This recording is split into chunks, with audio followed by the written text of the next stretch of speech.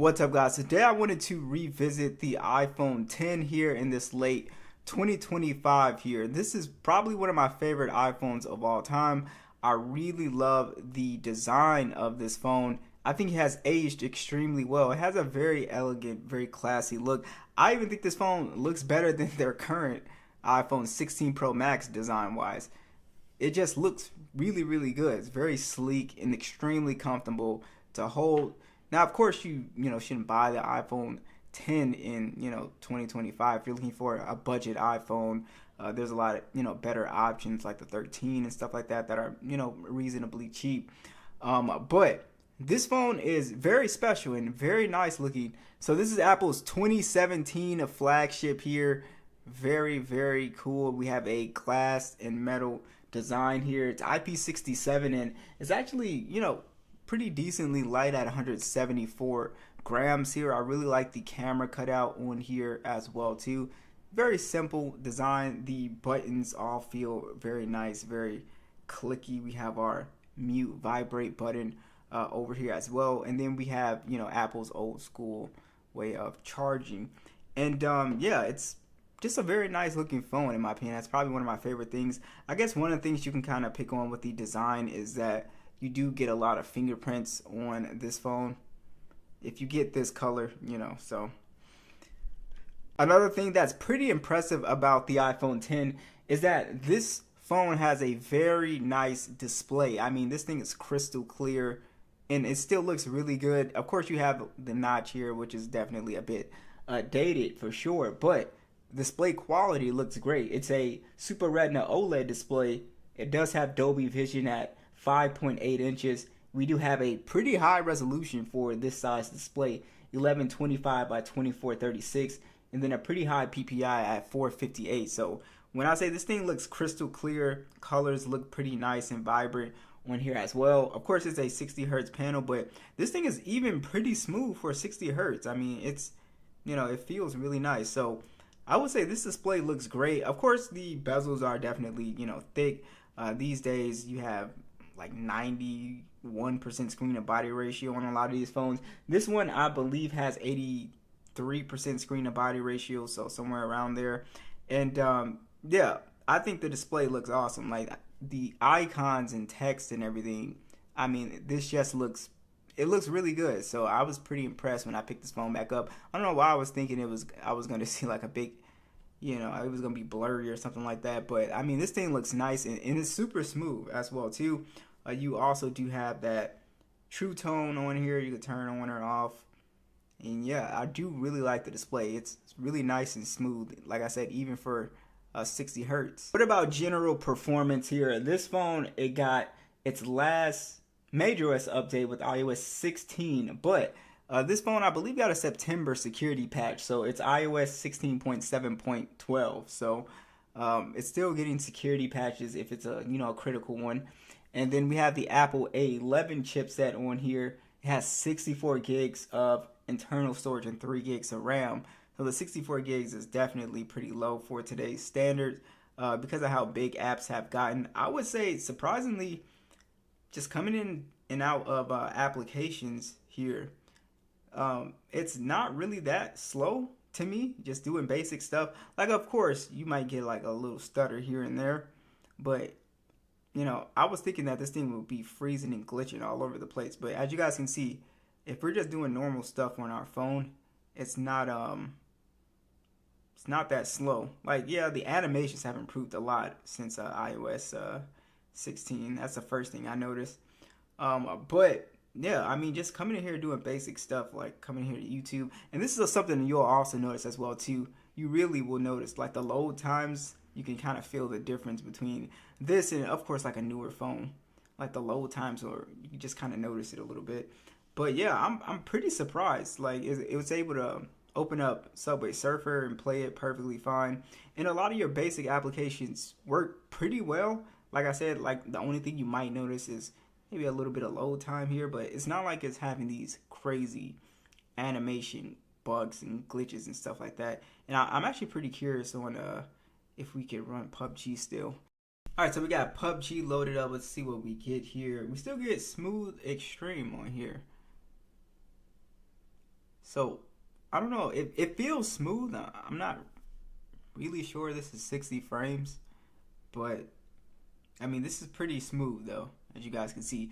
The biggest issue you'll run into with the iPhone 10 is that this thing gets hot for like almost no reason. Like, I just got in the game and I haven't really been doing much on the phone. I'm talking about this thing is starting to like warm up.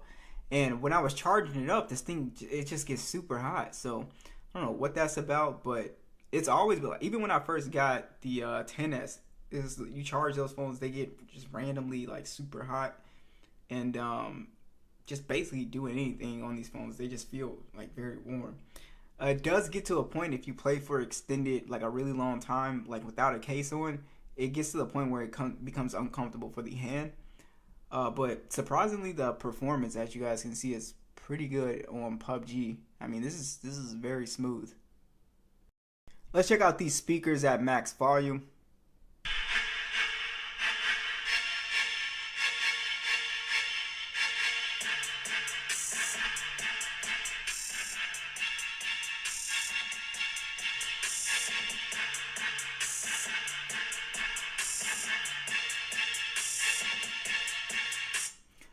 Not bad. The speakers are not terrible. They do have a decent amount of bass to them.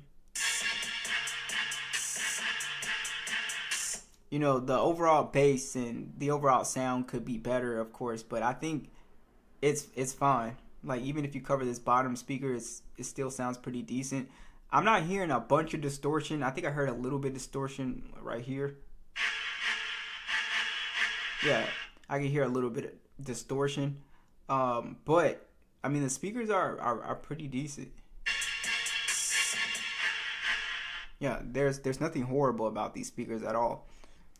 So the Face ID is on here. It works extremely well. Face ID hasn't changed in years. I mean, you can't tell the difference from this one and the one on the 17 Pro Max, honestly.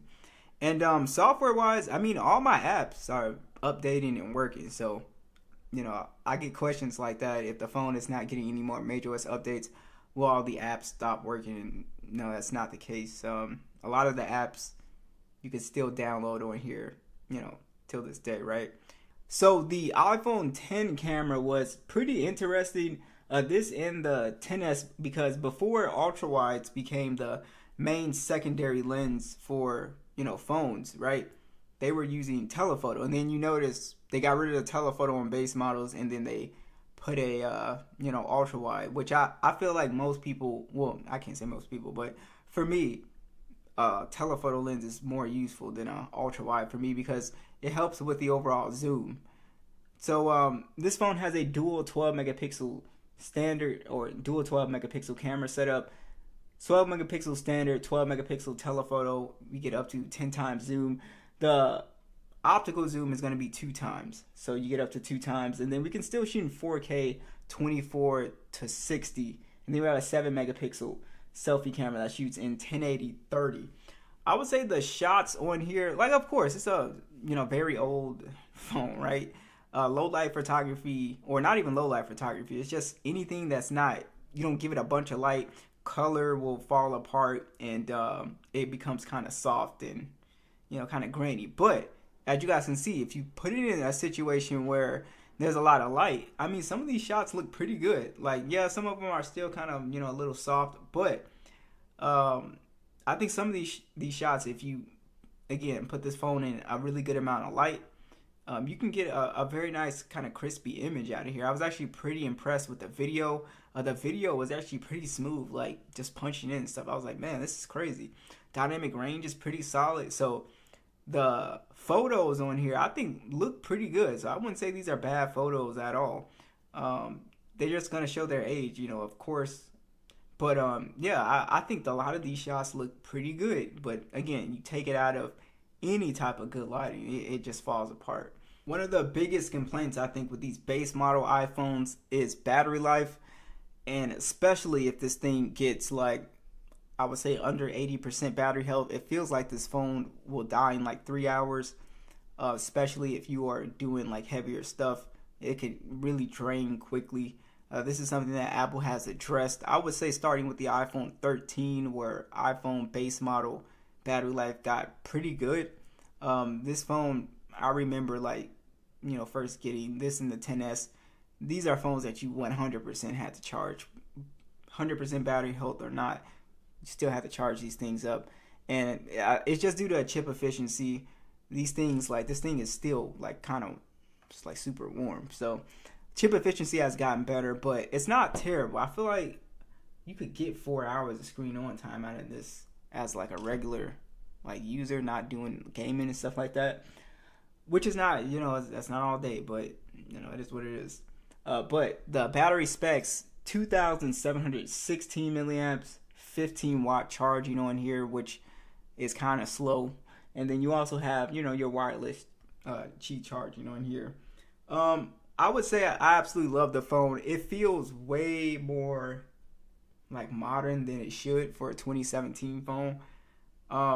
Yeah, this thing just works. I think the most impressive thing today was, one, this thing is super smooth for some reason. It's just crazy smooth. So the Apple processors are just aging really well. And the screen is really nice. And the cameras, even though they're, you can see the age, I thought some of the shots were pretty impressive. So what do you guys think of the 10s? Be sure to let me know. Did you guys own a 10s? Let me know, and I'll catch you guys in the next one.